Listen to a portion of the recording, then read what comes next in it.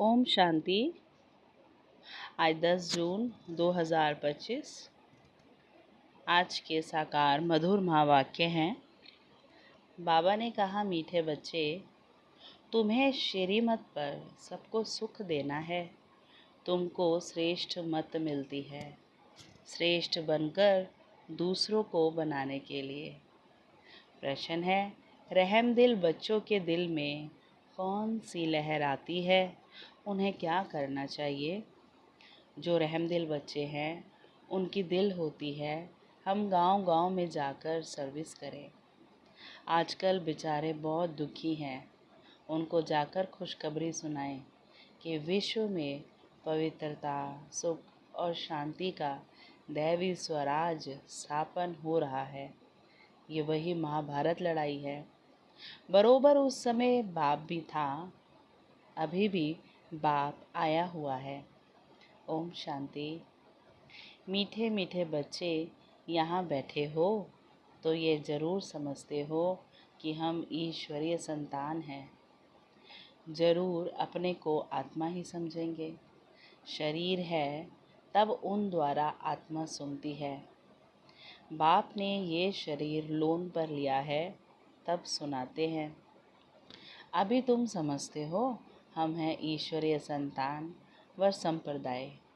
फिर हम दैवी संप्रदाय बनेंगे। स्वर्ग के मालिक होते ही हैं देवताएं। हम फिर से 5000 वर्ष पहले मुआफिक दैवी स्वराज्य की स्थापना कर रहे हैं। फिर हम देवता बन जाएंगे। इस समय सारी दुनिया, भारत खास और दुनिया आम, सब मनुष्य मात्र एक दो को दुखी ही करते हैं, दुख ही देते हैं। उन्हों को यह भी पता नहीं है कि सुखधाम भी होता है। परमपिता परमात्मा ही आकर सबको सुखी शांत बना देते हैं। यहाँ तो घर घर में एक दो को दुख ही देते हैं। सारे विश्व में दुख ही दुख है। अभी तुम बच्चे जानते हो, बाप हमको 21 जन्मों के लिए सदा सुखी बनाते हैं। कब से दुख शुरू हुआ है, फिर कब पूरा होता है, ये और कोई की बुद्धि में चिंतन नहीं होगा। तुमको ही ये बुद्धि में है कि हम बरोबर ईश्वरीय संप्रदाय हैं। यूं तो सारी दुनिया के मनुष्य मात्र ईश्वरीय संप्रदाय हैं। हर एक उनको फादर कह बुलाते हैं। अब बच्चे जानते हैं शिव बाबा हमको श्रीमत दे रहे हैं। श्रीमत मशहूर है। ऊंच ते ऊंच भगवान की ऊंचे ते ऊंची मत है। गाया भी जाता है उनकी गत मत न्यारी। शिव बाबा की श्रीमत हमको क्या से क्या बनाती है। स्वर्ग का मालिक और जो भी मनुष्य मात्र हैं, वे तो नरक का मालिक ही बनाते हैं। अभी तुम हो संगम पर, ये तो निश्चय है ना। निश्चय बुद्धि ही यहाँ आते हैं और समझते हैं बाबा हमको फिर से सुखधाम का मालिक बनाते हैं। हम ही 100% पवित्र गृहस्थ मार्ग वाले थे। ये स्मृति आई है, 84 जन्मों का भी हिसाब है ना। कौन कौन कितने जन्म लेते हैं। जो धर्म बाद में आते हैं उनके जन्म भी थोड़े होते हैं। बाबा कहते, तुम बच्चों को अब ये निश्चय रखना है, हम ईश्वरीय औलाद हैं। ये निश्चय रखना है, हम ईश्वरीय औलाद हैं। हमको श्रेष्ठ मत मिलती है, सबको श्रेष्ठ बनाने के लिए। हमारा वही बाबा हमको राजयोग सिखलाता है। मनुष्य समझते हैं कि वेद शास्त्र आदि सब भगवान से मिलने के रास्ते हैं, और भगवान कहते हैं इनसे कोई भी मेरे साथ मिलता नहीं है। मैं ही आता हूँ तब तो मेरी जयंती भी मनाते हैं, परंतु कब और किसके शरीर में आता हूँ ये कोई नहीं जानते सिवाय तुम ब्राह्मणों के। अभी तुम बच्चों को सबको सुख देना है। दुनिया में सब एक दो को दुख देते हैं। वो लोग ये नहीं समझते कि विकार में जाना दुख देना है। अभी तुम जानते हो ये महान दुख है। कुमारी जो पवित्र थी उनको अपवित्र बनाते हैं। नरकवासी बनने के लिए कितना सेरेमनी करते हैं। यहाँ तो ऐसे हंगामे की कोई बात नहीं है। तुम बड़ा शांति में बैठते हो, सब खुश होते हैं, सारे विश्व को सदा सुखी बनाते हैं। तुम्हारा मान शिव शक्तियों के रूप में है। तुम्हारे आगे लक्ष्मी नारायण का तो कुछ भी मान नहीं। शिव शक्तियों का ही नाम वाला है, क्योंकि जैसे बाप ने सर्विस की है, सबको पवित्र बनाकर सदा सुखी बनाया है, ऐसे तुम भी बाप के मददगार बने हो।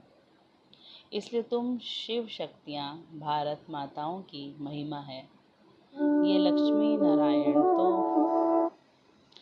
लक्ष्मी नारायण तो राजा रानी और प्रजा सब स्वर्गवासी हैं। वे बड़ी बात है क्या? जैसे वे स्वर्गवासी हैं, वैसे यहाँ के राजा रानी सब नरकवासी हैं। ऐसे नरकवासियों को स्वर्गवासी तुम बनाते हो। मनुष्य तो कुछ भी नहीं जानते हैं, बिल्कुल ही तुच्छ बुद्धि हैं। क्या क्या करते रहते हैं, कितनी लड़ाइयाँ आदि हैं, हर बात में दुखी ही दुखी हैं। सतयुग में हर हालत में सुख ही सुख है। अभी सबको सुख देने के लिए ही बाबा श्रीमत देते रहते हैं। बाबा श्री श्रेष्ठ मत देते हैं, गाते भी हैं श्रीमद भगवानुवाच। श्रीमत मनुष्यवाच नहीं है। सतयुग में देवताओं का मत देने की दरकार ही नहीं। यहाँ तुमको श्रीमत मिलती है। बाप के साथ तुम भी गाए जाते हो शिव शक्तियाँ। अभी फिर से वे पाठ प्रैक्टिकल में बज रहा है। अब बाप कहते हैं तुम बच्चों को मनसा वाचा कर्मणा सबको सुख देना है, सबको सुखधाम का रास्ता बताना है। तुम्हारा धंधा ही ये है। शरीर निर्वात पुरुषों को धंधा भी करना होता है। कहते हैं शाम के समय देवताएं परिक्रमा पर निकलते हैं। अब देवता यहाँ कहाँ से आए? परंतु इस समय को शुद्ध कहते हैं। इस टाइम पर सबको फुर्सत भी मिलती है। तुम बच्चों को चलते फिरते उठते बैठते याद करना है।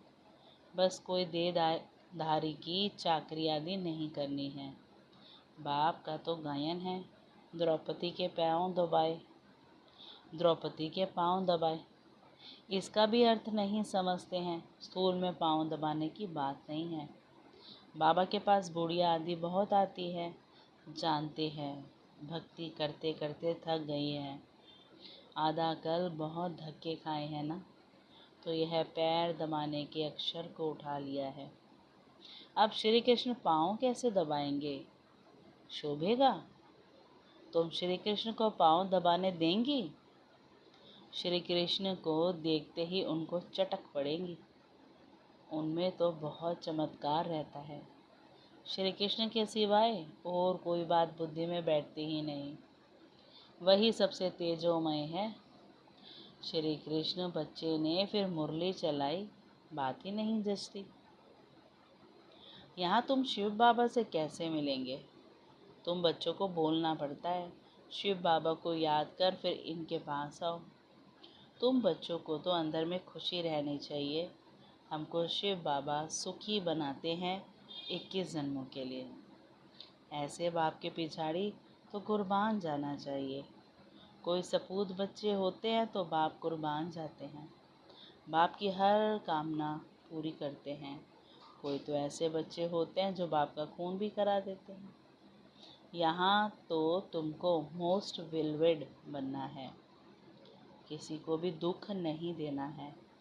जो रहम दिल बच्चे हैं उनकी दिल होती है हम गांव-गांव में जाकर सर्विस करें। आजकल बेचारे बहुत दुखी हैं, उनको जाकर खुशखबरी सुनाओ।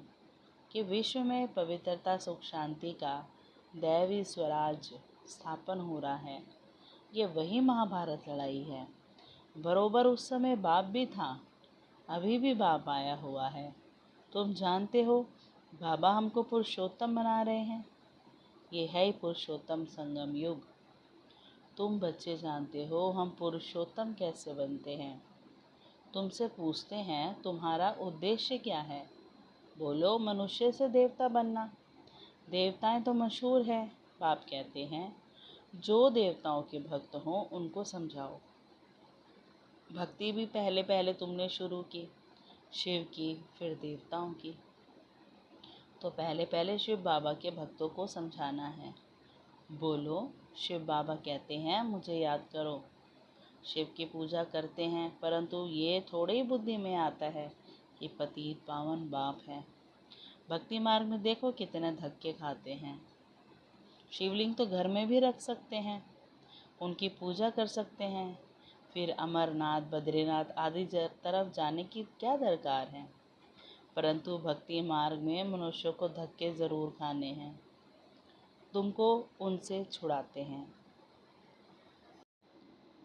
बाबा कहते तुम हो शिव शक्ति, शिव के बच्चे। तुम बाप से शक्ति लेते हो, वह भी मिलेगी याद से। विकर्म विनाश होंगे। पतित पावन तो बाप है ना, याद से ही तुम विकर्माजीत पावन बनते हो। सबको ये रास्ता बताना है। तुम अभी राम के बने हो। राम राज्य में है सुख, रावण राज्य में है दुख। भारत में ही सबके चित्र है जिनकी इतनी पूजा होती है। ढेर के ढेर मंदिर है, कोई हनुमान का पुजारी, कोई किसका। इनको कहा जाता है ब्लाइंड फेथ। अभी तुम जानते हो हम भी ब्लाइंड थे। इनको भी मालूम नहीं था ब्रह्मा विष्णु शंकर कौन है क्या है। जो पूज्य थे वही फिर पुजारी बने। सतयुग में है पूज्य, यहाँ है पुजारी। बाप कितना अच्छी रीति समझाते हैं। तुम जानते हो पूज्य होते ही हैं सतयुग में। यहाँ है पुजारी तो पूजा ही करते हैं। तुम हो शिव शक्तियाँ। अभी तुम न पुजारी हो न पूज्य हो। बाप को भूल मत जाओ, ये साधारण तन है ना, इसमें ऊंच ते ऊंच भगवान आते हैं। तुम बाप को अपने पास निमंत्रण देते हो ना, बाबा आओ, हम बहुत पतित बन गए हैं। पुरानी पतित दुनिया पतित शरीर में आकर हमको पावन बनाओ। बच्चे निमंत्रण देते हैं।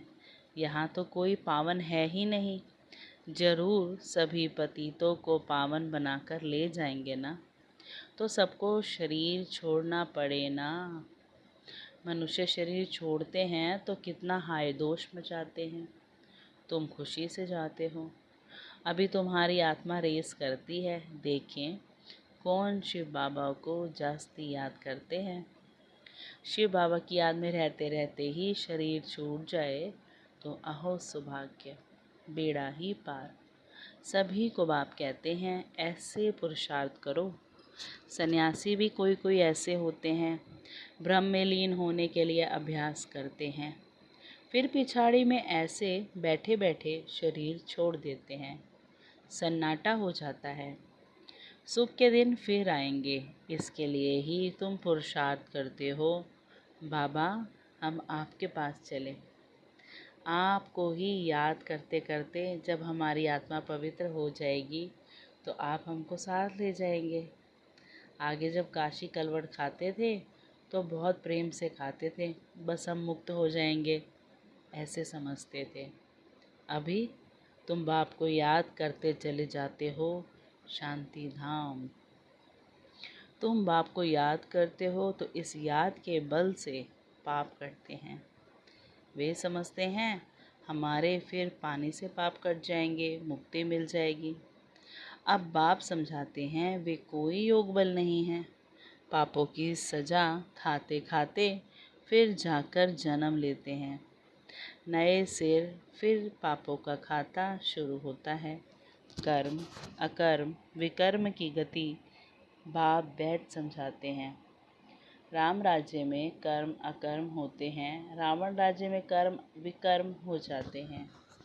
वहाँ कोई विकार आदि होता नहीं। मीठे मीठे फूल बच्चे जानते हैं। बाप हमको सब युक्तियाँ सब राज समझाते हैं। मुख्य बात ये है कि बाप को याद करो। पतित पावन बाप तुम्हारे सामने बैठे हैं। कितना निर्माण है, कोई अहंकार नहीं, बिल्कुल साधारण चलते रहते हैं। बाप दादा दोनों ही बच्चों के सर्वेंट है।